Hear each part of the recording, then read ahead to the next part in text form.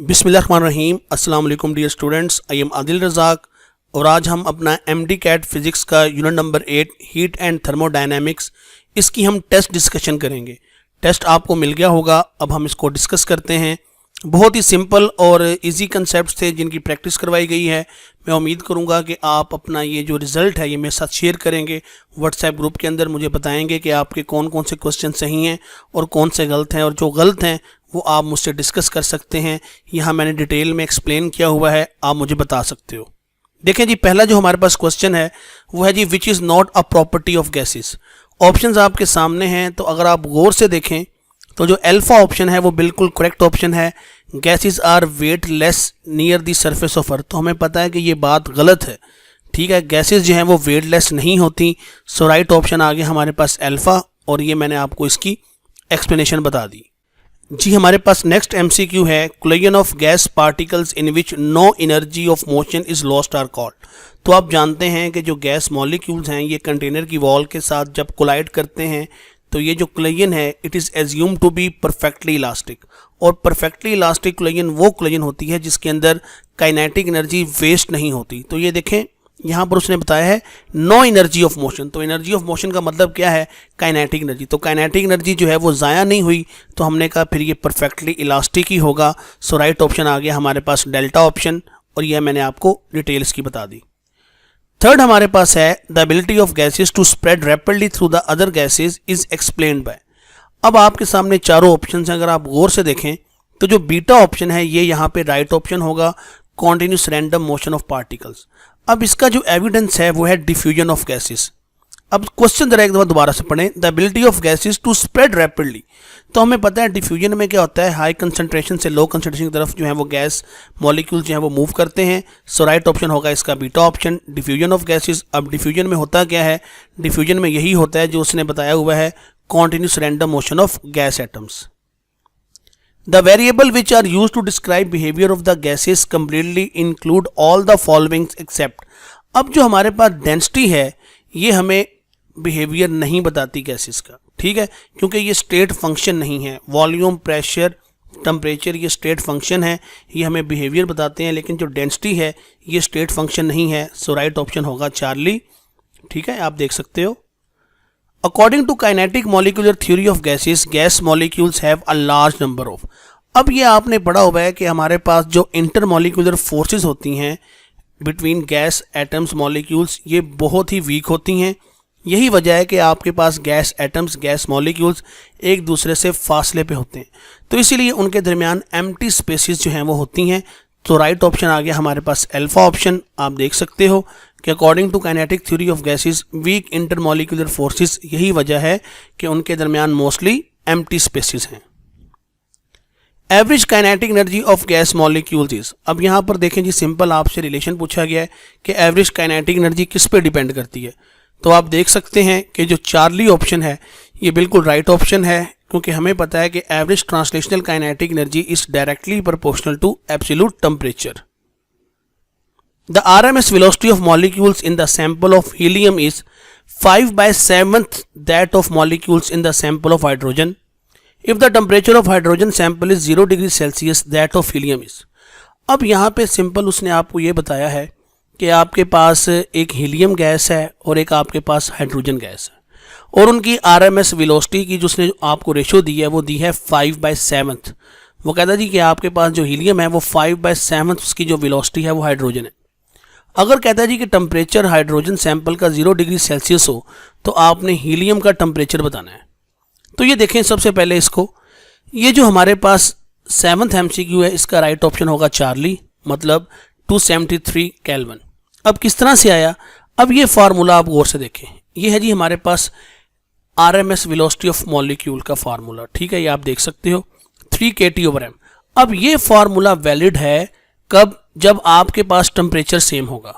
अब same temperature होगा तो हम ये फार्मूला इस्तेमाल करते हैं, लेकिन यहाँ पर आप देखें कि वेलोसिटी की डिपेंडेंस m के साथ है, इन्वर्सली प्रोपोर्शनल है और स्क्वायर रूट लेके है, ठीक है। तो यही वजह है कि हमने कहा जी कि V जो है वो इन्वर्सली प्रोपोर्शनल इसके आ गई।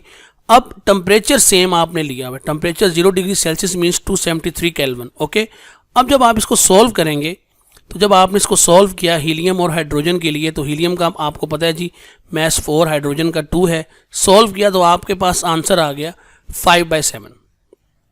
अब इस MCQ का मतलब क्या है? इस MCQ का मतलब ये है कि अगर आपके पास टेम्परेचर सेम हो तो काइनेटिक एनर्जी सेम होती है लेकिन वेलोसिटी सेम नहीं होती। ये चीज़ मैंने लेक्चर में भी आपको समझाई थी कि यहाँ पे देखें टेम्परेचर सेम है, हाइड्रोजन का भी वही टेम्परेचर है, हीलियम का भी वही टेम्परेचर है, लेकिन इनकी जो RMS वेलोसिटी है, उनकी जो रेशो है वो आपके पास डिफरेंट है। वो डिपेंड करती है इंटायरली उनके मैस के ऊपर। सो इसीलिए हमारे पास सेम टेम्परेचर के ऊपर, ये आपने याद रखना है कि सेम टेम्परेचर के ऊपर जो आपके पास हीलियम है उसकी जो वेलोसिटी है वो 5/7 times of that of hydrogen है। ठीक है, मैं उम्मीद करूंगा कि ये चीज़ आपने अंडरस्टैंड की होगी। Mean square velocity of a set of molecules with velocities 2, 3, 4, 5 and 6 metre per second will be. अब सिंपल जी मीन स्क्वायर वेलोसिटी का फार्मूला है क्या कि सबका आप पहले स्क्वायर लें, फिर इनको ऐड करें और डिवाइड कर दें नंबर ऑफ क्वांटिटीज़ के ऊपर। तो ये देखिए जी डेल्टा हमारे पास राइट ऑप्शन है। यही काम किया कि पहले सबका स्क्वायर लिया, इनको ऐड किया और टोटल ये 5 थी, 5 पे डिवाइड कर दिया। 89/5 तो अप्रोक्सीमेशन यूज़ की तो 18 मीटर स्क्वायर पर सेकंड स्क्वायर इसका आंसर आ गया। Ratio of two specific heat is 1.44 nitrogen, CP इस आपने मालूम करना है, जबकि CV की वैल्यू आपको दी हुई है। तो यहाँ पे जो कंसेप्ट इस्तेमाल होगा वो है जी CP/CV is equal to gamma. आपको 2 वैल्यूज़ दी हुई हैं, तीसरी आपने कैलकुलेट करनी है, तो सॉल्व कर लें। तो ये आपके पास जब आप वैल्यूज़ पुट करके इसको सॉल्व करोगे तो आपके पास आंसर आ जाएगा CP is equal to 840 joule per mole per kelvin. CP and CV denotes the molar specific heat of a gas at constant pressure and at constant volume respectively। ठीक है, if CP/CV is equal to gamma and CP minus CV is equal to R, then CV is equal to। अब यहाँ पे आपने इन equations को use करके CV की value जो है वो कैलकुलेट करनी है। तो ये देखें भाई, सबसे पहले आपने कहा जी कि CP/CV is equal to gamma, यहाँ पे CP की वैल्यू निकालो, वो आ गया CP is equal to gamma CV। अब CP minus CV is equal to R है, तो यहाँ पे CP की वैल्यू पुट कर दो, तो ये आ गया gamma CV minus CV is equal to R। CV को आप कॉमन ले लेंगे तो अंदर आ जाएगा जी gamma -1 is equal to R। इस गैमा -1 को आप डिवाइड कर दें तो ये CV की वैल्यू आ गई आपके पास CV is equal to R divided by gamma -1। ठीक है, तो अब देखें कौन सी राइट ऑप्शन है। तो हम देख रहे हैं कि जो राइट ऑप्शन है वो अल्फा ऑप्शन है। A gas is taken in a sealed container at 300 Kelvin. It is heated at constant volume to a temperature of 600 Kelvin. The mean kinetic energy of its molecule is। अब हमें पता है कि जो mean kinetic energy है, ये average translational kinetic energy है, वो डायरेक्टली प्रोपोर्शनल है किसके, टेम्परेचर के। आपने टेम्परेचर यहाँ पे डबल कर दिया, देखें 300 से आपने 600 किया, मतलब आपने टेम्परेचर डबल कर दिया।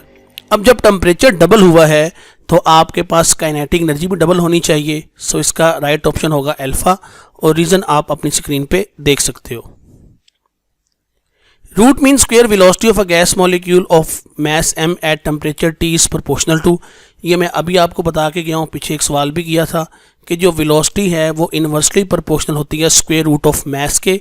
तो ये देखिए जी beta is the right option, और ये आप फार्मूला देख सकते हो कि VRMS is inversely proportional to square root of mass. The mean kinetic energy of 1 gram mole of a perfect gas at absolute temperature is. तो वंस अगेन जी ये फार्मूला जो है आपसे रिवाइज करवाया गया है। मैंने आपको बताया था कि यहाँ पे उसने क्या कहा है, the mean kinetic energy of 1 gram मोल। तो इसके फार्मूले में K तो नहीं आएगा, इसके फार्मूले में R आएगा। अब देखें जी हमने पढ़ा हुआ है कि 3/2 RT, तो 3/2 को आप 1.5 भी लिख सकते हो। तो काइनेटिक एनर्जी जो आपके पास मोल की आएगी वो आ गई 1.5 RT। So delta is the right option. Students next हमारे पास 14 MCQ है। The specific heat of a substance at its boiling point और मेल्टिंग पॉइंट इज। अब देखें जी स्पेसिफिक हीट हमने बतानी है बॉइलिंग और मेल्टिंग पॉइंट पे। तो पहली बात ये आप जानते हो कि बॉइलिंग पॉइंट और मेल्टिंग पॉइंट जो है ये एक फिक्स्ड आपके पास टेम्परेचर की वैल्यू होती है, यहाँ पे वेरिएशन नहीं आ सकती। तो ये आपने बात याद रखनी है सबसे पहले। अब देखें जी हमारे पास जो फार्मूला है स्पेसिफिक हीट का वो होता है Q/ΔT, जबकि ΔT है डिफरेंस इन टेम्परेचर या चेंज इन टेम्परेचर। अब डेल्टा टी जीरो होता है फॉर बॉइलिंग और मेल्टिंग पॉइंट। क्यों? क्योंकि हमें पता है वो टेम्परेचर एक कांस्टेंट क्वांटिटी है, तो चेंज तो जीरो आएगा। अब एनीथिंग डिवाइडेड बाय जीरो क्या होता है? इन्फिनिटी। सो हम कहते हैं कि बॉइलिंग और मेल्टिंग पॉइंट पे अब इनफाइनाइट हीट जो है वो रिक्वायर्ड होगी। सो आपके पास राइट ऑप्शन आ गया beta option. For R dash gas the ratio R over C V is 0.67। अब ये जो है ये क्रैमिंग बेस्ड है। ये मैंने आपको एक टेबल बनवाया था, उस टेबल से आपने वैल्यूज़ याद रख के वैल्यूज़ पुट करके इसको सॉल्व करना है। तो ये देखें जी, इसका आंसर जो है वो चार्ली है, आर ओवर सी वी जो है वो 0.67 है। मोनोटॉमिक गैस के लिए जो सी वी की वैल्यू होती है वो होती है 3/2 आर। तो आप सिंपल यहाँ पे पुट करें, जब आपने पुट किया तो आपका आंसर 0.67 ही आया। इसका मतलब ये है कि ये जो आपके पास रेशियो है ये मोनोटॉमिक गैस के लिए है, क्योंकि हमने यहाँ पर जो CV की वैल्यू पुट की है वो मोनोटॉमिक वाली पुट की है। ठीक है, सो राइट ऑप्शन आ गया जी आपके पास Charlie option. A sample of an ideal gas occupies a volume V at a pressure P at absolute temperature T। The mass of each molecule is m, the expression for the density of gas is। बहुत ही important है सवाल ये, इसको ध्यान से देखिएगा, समझिएगा। उसने जो है वो के बोल्ट्जमैन कांस्टेंट दिया हुआ है। यहाँ पे देखें जी, सबसे पहले आपने कहा जी डेंसिटी होती है मैस पर यूनिट वॉल्यूम। अब टोटल जो मैस है वो होता है NM, तो वॉल्यूम यहाँ से बना लें इक्वेशन, तो वॉल्यूम आ गया जी NM ओवर रो। अब PV इक्वल टू NRT होता है, जबकि N होता है N ओवर N ए अवोगाड्रो नंबर, जबकि R ओवर N ए करेंगे तो बोल्ट्जमैन कांस्टेंट आ जाता है। पुट करें जी, यहाँ पे आप इस इक्वेशन के अंदर V की वैल्यू पुट कर दें, यहाँ पे आप N की वैल्यू पुट करके हमने सॉल्व किया, N से N कट गया। अब यहाँ पे क्रॉस मल्टीप्लाई करो डेंसिटी को, तो डेंसिटी इज इक्वल टू क्या आ गया? PM over KT। तो ये है जी density in term of pressure, mass, temperature and Boltzmann constant. तो इसको आप अपने पास लिख भी लो, ये फार्मूला आपसे पूछा जा सकता है। सो राइट ऑप्शन आ गई हमारे पास alpha option. 1 mole of ideal gas required 207 joule of heat to rise the temperature by 10 Kelvin when heated at constant pressure. If the same gas is heated at constant volume to raise the temperature by the same 10 Kelvin, the heat required is। R की value दी हुई है। अब यहाँ पे आपके पास molar specific heat of a gas का लगेगा फार्मूला, वो कंसेप्ट इस्तेमाल करें। तो ये देखिए जी, Cp माइनस CV जो है वो R होता है, हमें पता है। ठीक है, अब अगर मोल हो 1, m इज इक्वल टू 1 या n इज इक्वल टू 1, जो भी आप लिखते हैं इसको, तो Cp की इक्वेशन ये बन जाती है QP ओवर T, CV की इक्वेशन बनती है QV ओवर T। ठीक है, अब आपको पता है जी कि Cp जो है वो QP ओवर T है, तो और CV जो है वो QV over T is equal to R। 1 ओवर T यहाँ से कॉमन ले लें तो QP minus QV is equal to R आ गया। फर्दर सॉल्व कर लो तो QP minus QV is equal to R into T आ गया। अब QP की वैल्यू आपको दी हुई है वो है जी 207, R की वैल्यू है 8.3, उसको 10 से मल्टीप्लाई करो is equal to QV। 207 minus 83 किया, QV के इक्वल आ गया, तो QV किसके इक्वल आ गया? 124 जूल। तो इस तरह से आपने ये क्वेश्चन सॉल्व करना है। और एक बात याद रखिएगा कि अब आप देख सकते हो कि सेम टेम्परेचर के लिए, सेम अमाउंट के लिए आपके पास QP और QV की वैल्यूज डिफरेंट है। ठीक है, यही वजह है कि हम कहते हैं कि आपके पास जो Cp है वो ग्रेटर है CV से। वजह यह है कि उस पर वर्क होता है। तो इसी तरह आपके पास जो कांस्टेंट प्रेशर है उस पर हीट भी जो है वो ज़्यादा सप्लाई की जाती है as compare to at constant volume. 18 पे आ जाए जी। The average translational kinetic energy of oxygen molecule जो है उसने मॉलिक्यूलर वेट दे दिया 32 एट अ पार्टिकुलर टेम्परेचर इस, ये है जी 0.035 इलेक्ट्रॉन वोल्ट। ये 0.03 इलेक्ट्रॉन वोल्ट है, याद रखना, ये पॉइंट लगा हुआ है। What is the average translational kinetic energy of nitrogen molecule, जबकि उसका जो वेट है वो 28 है at the same temperature. Simple और आसान सी बात यह है कि मैं पहले बता चुका हूँ कि अगर टेम्परेचर सेम है ना तो आपके पास एवरेज ट्रांसलेशनल काइनेटिक एनर्जी भी क्या होगी? सेम होगी, irrespective of their molecular weights. ठीक है, तो ये देखिए जी, kinetic energy of a molecule is directly proportional to 3/2 kT and kinetic energy is directly proportional to temperature as T is same. तो हमने कहा जी average translational kinetic energy is same. So इस MCQ का राइट ऑप्शन होगा delta option. If temperature is increased eight constant volume, तो फिर क्या होगा जी? अगर टेम्परेचर अगर आप कांस्टेंट वॉल्यूम पे इंक्रीज करेंगे तो आपके पास टेम्परेचर बढ़ाने से क्या होता है जी? उसकी वेलोसिटी बढ़ जाती है, काइनेटिक एनर्जी बढ़ जाती है। तो काइनेटिक एनर्जी बढ़ने से क्या होगा? Collision frequency will increase. कि अब कोलिजन की जो फ्रीक्वेंसी है वो इंक्रीज़ होगी, अब ज़्यादा जो है चांसेस हैं कोलिजन के। सो राइट ऑप्शन आ जाएगा जी हमारे पास डेल्टा ऑप्शन। ये एक्सप्लेनेशन आप देख सकते हो। Atmosphere of a certain planet has hydrogen molecules trapped at RMS velocity of 3 km per second. Okay. If the gas is replaced by oxygen molecules, the RMS velocity will be. अब सबसे पहले आपने ये देखना है कि हाइड्रोजन और oxygen के दरमियान वेलोसिटीज़ की रेशियो क्या है। तो आप जानते हैं 4:1। मिसाल के तौर पे अगर आपके पास हाइड्रोजन के लिए 400 वेलोसिटी है तो ऑक्सीजन के लिए वो वेलोसिटी हो जाएगी 100, क्योंकि वो 4 गुना कम हो जाएगी। अब उसने यहाँ पे आपको जो वेलोसिटी दी है हाइड्रोजन के लिए वो दी है 3 किलोमीटर पर सेकंड। ये हाइड्रोजन के लिए है। तो अब ऑक्सीजन के लिए क्या हो जाएगी, हमने कहा जी इसको आप 4 गुना कम कर दें। तो 4 गुना कम करने का मतलब ये है कि इसको 4 पे डिवाइड कर दें, तो जो वैल्यू आएगी उतनी वेलोसिटी होगी ऑक्सीजन के लिए। तो ये देखें, हमें पता है जी कि 4:1 है। उसकी वजह यह है कि वेलोसिटी का मैस के साथ इन्वर्स रिलेशन है, अंडर रूट हो गए। अब आपने क्या करना है जी, चूँकि वो 4 गुना कम करनी है तो 3 वैल्यू दी हुई है तो 4 पे डिवाइड कर देंगे, 0.75 किलोमीटर पर सेकेंड। तो मैंने नीचे कंसेप्ट लिख दिया है कि speed will decrease by 4 times. तो यही वजह है कि चार्ली जो है वो इसका राइट ऑप्शन है। A ball is hit elastically and normally by n balls per second. All the balls have same mass m and are moving with same velocity u. The force exerted by the balls on the wall is. अब आपने force बतानी है कि कितनी force जो है वो उन्होंने एग्जर्ट की है बॉल ने उसके कंटेनर की वॉल के ऊपर। तो ये देखें जी, सिंपल हमें पता है कि यहाँ पे आपके पास मोमेंटम है, न्यूटन सेकंड लॉ का कंसेप्ट इस्तेमाल होगा, F = del P over del T। तो मोमेंटम ट्रांसफ़र पर सेकंड जो है वो अप्लाइड फोर्स के इक्वल होगा।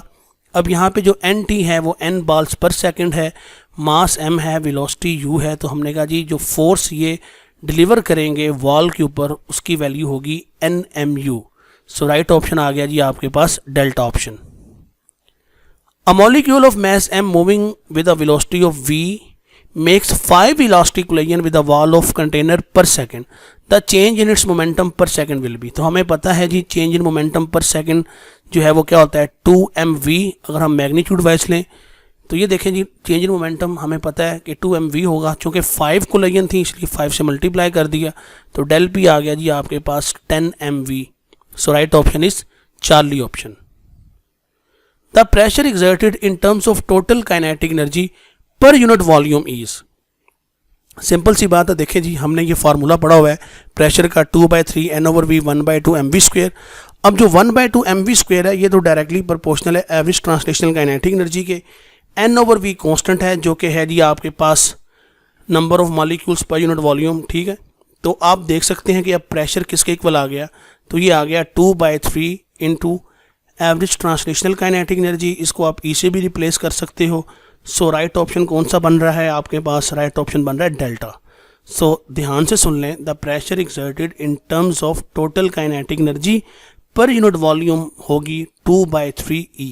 So delta is right option. If PV = 3 RT V represents volume of dash moles of gas. तो स्टैंडर्ड इक्वेशन के साथ इसको कंपेयर करें तो PV = nRT होता है। तो हमने कहा यहाँ पे जो नंबर ऑफ मोल्स होंगे वो 3 होंगे। ठीक है, so beta is the right option. For a gas RMS speed at 800 Kelvin is dash same as that of 200 Kelvin, double than that of 200 Kelvin, 4 times the value at 200 Kelvin, half the value at 200 Kelvin। अब यहाँ पे RMS speed और temperature का relation है। तो आप जानते हैं कि जो RMS स्पीड है वो डायरेक्टली प्रोपोर्शनल है √T के, √T।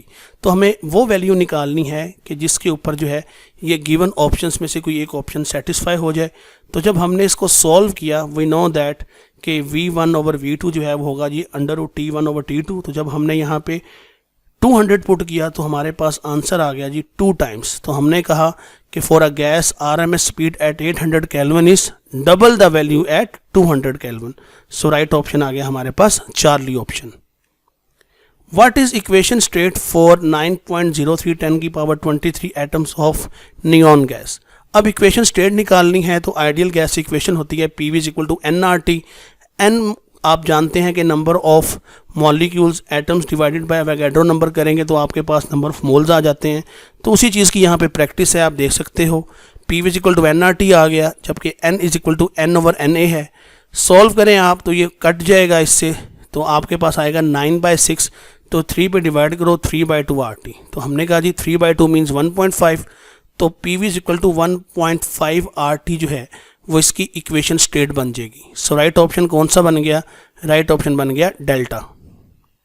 Sum of all types of mechanical energies of a gas molecule is called it is the standard definition of internal energy. So right option is the alpha option.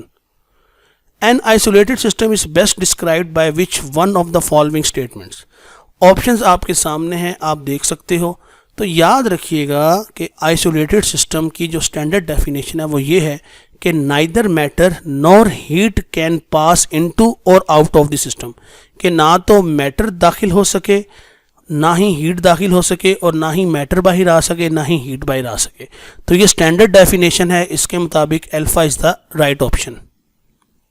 Which of the following thermodynamic properties are not state functions? Pressure, volume, temperature, work, heat, entropy। तो हम जानते हैं कि work and heat जो है ये हमारे पास state functions नहीं हैं, ठीक है जी। ये प्रॉपर्टीज ज़रूर हैं लेकिन ये स्टेट फंक्शंस नहीं है, क्योंकि स्टेट फंक्शंस जो हैं वो इंडिपेंडेंट ऑफ पाथ फॉलोड होते हैं, जबकि वर्क और हीट जो है ये पाथ डिपेंडेंट हैं। सो राइट ऑप्शन आ जाएगा बीटा ऑप्शन, और ये आप देख भी सकते हो explanation. In an ideal gas, there are no intermolecular forces of attraction and repulsion, and the internal energy is a function of temperature only। हाँ जी, हमने कहा जी ये बात जो है ये हमेशा ट्रू होगी, ऑलवेज ट्रू, ठीक है। ये तमाम गैसेस के लिए, डायटोमिक हो, पॉलीटोमिक हो। So it is a true case, postulate of kinetic theory of gases. So right option आ गया हमारे पास चार्ली ऑप्शन। डियर स्टूडेंट्स, इसके साथ ही हमारा आज का जो है ये लेक्चर ख़त्म हुआ। मैं उम्मीद करूंगा कि आप इस टेस्ट डिस्कशन को अच्छी तरह से समझोगे। सारे डिटेल सॉल्यूशन आपके सामने हैं, अपनी गलतियों को हाईलाइट करो, देखो जो चीज़ें समझ नहीं आ रही वो बार बार पूछें आप। तो अपना ख्याल रखिएगा। अल्लाह हाफिज़, टेक केयर।